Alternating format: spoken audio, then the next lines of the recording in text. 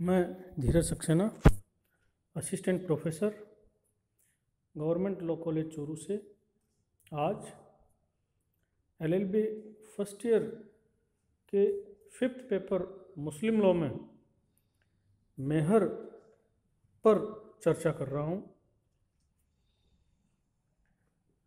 मेहर का अंग्रेजी नामांतरण यदि हम करें तो इसे डावर कहा जाता है और सामान्यतः डावर से अर्थ हिंदू विवाह से जोड़ा जाता है, जिसमें दहेज की प्रथा प्रचलन में है। लेकिन यहाँ पर एक बात आपको प्रारंभ में ही स्पष्ट कर लेनी चाहिए कि हिंदू विवाह में जो दहेज दिया जाता है उसको डावरी कहा जाता है और मुस्लिम निकाह का जो अनडिवाइडेड एंड फंडामेंटल फीचर है मेहर, उसको हम डावर कहते हैं। तो कुल मिलाकर डावरी जो है वो ब्राइड की ओर से ग्रूम को दी जाती है, लेकिन डावर जो है वो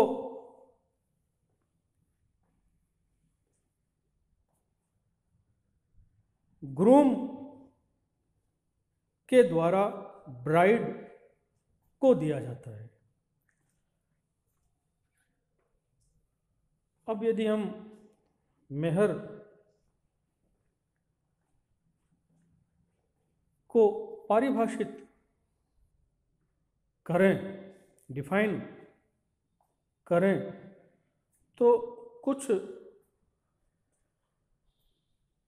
बेहतरीन परिभाषाएं, जिनमें पहली मुल्ला की मानी जाती है। तो मुल्ला कहते हैं कि ऐसी धनराशि या संपत्ति जिसे निकाह के फलस्वरूप पत्नी पाने की हकदार है, मेहर कहा जाता है। तैयब जी जो हैं वो कहते हैं कि ऐसी धनराशि या संपत्ति जो पक्षकारों के करार द्वारा अर्थात संविदा द्वारा या विधि के अनुसार देय होती है, वह मेहर कहलाता है। इसी तरह यदि हम बात करें अब्दुर रहीम के अनुसार, तो अब्दुर रहीम कहते हैं कि मेहर पति पर मुस्लिम विधि द्वारा आरोपित कर्तव्य है, जिसे पति पत्नी के सम्मान के रूप में पूरा करने के लिए आबद्ध है। और एक और यदि हम परिभाषा देखें फतवा ई काजी खां के अनुसार, मेहर विवाह का ऐसा अनिवार्य भाग है कि संविदा में इसका वर्णन न भी हो तब भी विधि स्वतः इसकी उपधारणा कर लेती है। तो ये 4 अलग अलग परिभाषाएं हमने देखी हैं। इनका मुख्य उद्देश्य यही है कि मेहर जो है वो धनराशि या संपत्ति होती है जिसे निकाह के फलस्वरूप पक्षकारों की संविदा के अनुसार या विधि स्वयं इसकी उपधारणा करके विवाह की स्त्री पक्षकार को दिलवाती है। और यह जो मेहर है वह मुस्लिम विधि द्वारा पति पर आरोपित एक कर्तव्य है तथा निकाह का अनिवार्य भाग माना जाता है।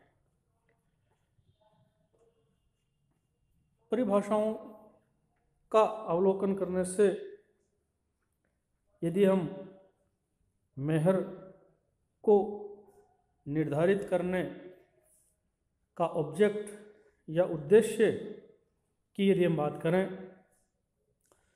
तो सबसे पहला उद्देश्य मेहर को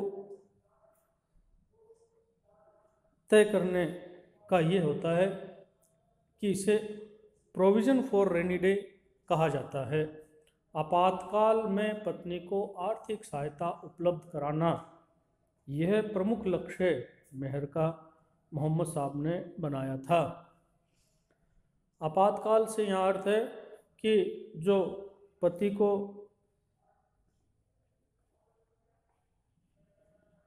विवाह को तलाक के द्वारा कभी भी खंडित कर सकने का अधिकार होने के कारण स्त्री तुरंत पति के घर से बाहर कर दी जाती है। तो यदि उसके हाथ में एक अच्छी खासी रकम हो तो वह अपना समय आसानी से गुजार सकती है इद्दत अवधि का, और इद्दत अवधि के पश्चात वह पुनः नया जीवन शुरू करने के बारे में विचार कर सकती है। तो आपातकाल में पत्नी को आर्थिक सहायता उपलब्ध कराना इसका मुख्य लक्ष्य माना जाता है। इसी के साथ साथ ये मेहर को दुधारी तलवार भी कहते हैं। तो यह पति की निरंकुश शक्ति पर प्रतिबंध भी लगाती है। चूँकि मोहम्मद साहब ने यह तय कर दिया कि अनिवार्यतः मेहर की राशि विवाह भंग होने पर पति के द्वारा पत्नी के हाथ में तुरंत रख दी जानी चाहिए, अर्थात जो ही पति तलाक शब्दों का उच्चारण करे उसे तुरंत बकाया मेहर की रकम पत्नी को सरेंडर कर देनी चाहिए। तो चूँकि यदि पति के पास मेहर का प्रबंध न हो सके तो वह तलाक देने के बारे में सोच भी नहीं सकता। तो इस तरह से यह पति की निरंकुश शक्ति जो तलाक देने की है उस पर आर्बिट्रेरी पावर पर प्रतिबंध जो है वो लगाती है। इसी के साथ यदि हम बात करें तो पत्नी के सम्मान के रूप में पति पर एक कर्तव्य या दायित्व ऑब्लिगेशन जो है वो आरोपित करती है मुस्लिम विधि। इसी तरह यदि हम बात करें तो पति की फिजूल खर्ची पर अवरोध मेहर जो है वो लगाता है। अब फिजूल खर्ची दोनों तरह की हो सकती है। पहला तो चूँकि मुस्लिम विधि में 4 तक विवाह करने की छूट है पति को, लेकिन हर निकाह में मेहर होगा यह जब तय कर दिया गया तो अगर पति एक से अधिक विवाह करता है तो हर विवाह में अलग अलग मेहर की रकम या संपत्ति तय की जाएगी। तो पति पर एक तरह से यह द्विविवाह या बहुविवाह करने पर अप्रत्यक्ष रूप से प्रतिबंध लगाती है। और साथ ही साथ अगर पति के अन्य कोई गैर जरूरी शौक हों, जुआ शराब आदि, तो उन पर भी यह फिजूल खर्ची करने से रोक लगाता है, क्योंकि पति को अल्टीमेटली और फाइनली मेहर की रकम देनी ही होगी। तो पहले वह मेहर की रकम को इकट्ठा करने के बारे में सोचेगा, ना कि अन्य किन्हीं तरह के जिन्हें हम व्यसन कह सकते हैं उन पर खर्च करेगा। तो यह एक तरह से पति की फिजूल खर्ची पर अवरोध लगाती है। और साथ ही साथ चाहे डावर हो चाहे डौरी हो, दोनों का ही एक आम उद्देश्य या सामान्य उद्देश्य पत्नी की सामाजिक हैसियत दर्शाने से लेकर जुड़ा हुआ है, जो आप हिंदू विवाह में भी देखते हैं कि विवाह के पश्चात जो भी रिश्ते नातेदार, आस पड़ोस, सगे संबंधी आते हैं, वे बहू के साथ साथ बहू के द्वारा लाए गए सामानों का भी अवश्य अवलोकन करते हैं। तो इसी तरह मुस्लिम विधि में विवाह के निकाह के पश्चात स्त्री के साथ साथ उसका मेहर की रकम कितनी तय हुई, इससे उसकी सामाजिक प्रतिष्ठा जो है, हैसियत जो है, वो भी जुड़ी हुई होती है। तो ये कुछ कारण हैं जिनकी वजह से मेहर को निकाह का अनिवार्य हिस्सा बनाया गया है। अब यदि हम बात हिस्टोरिकल एस्पेक्ट में करें तो आप जानते हैं कि इस्लाम से पूर्व सामान्यतः जो मान्य तरीके हैं उनमें दो तरह से विवाह संभव होते थे। पहला जो बाल विवाह है, चाइल्ड मैरिज, 7 वर्ष के पश्चात 15 वर्ष से पूर्व बुलुग होने से पहले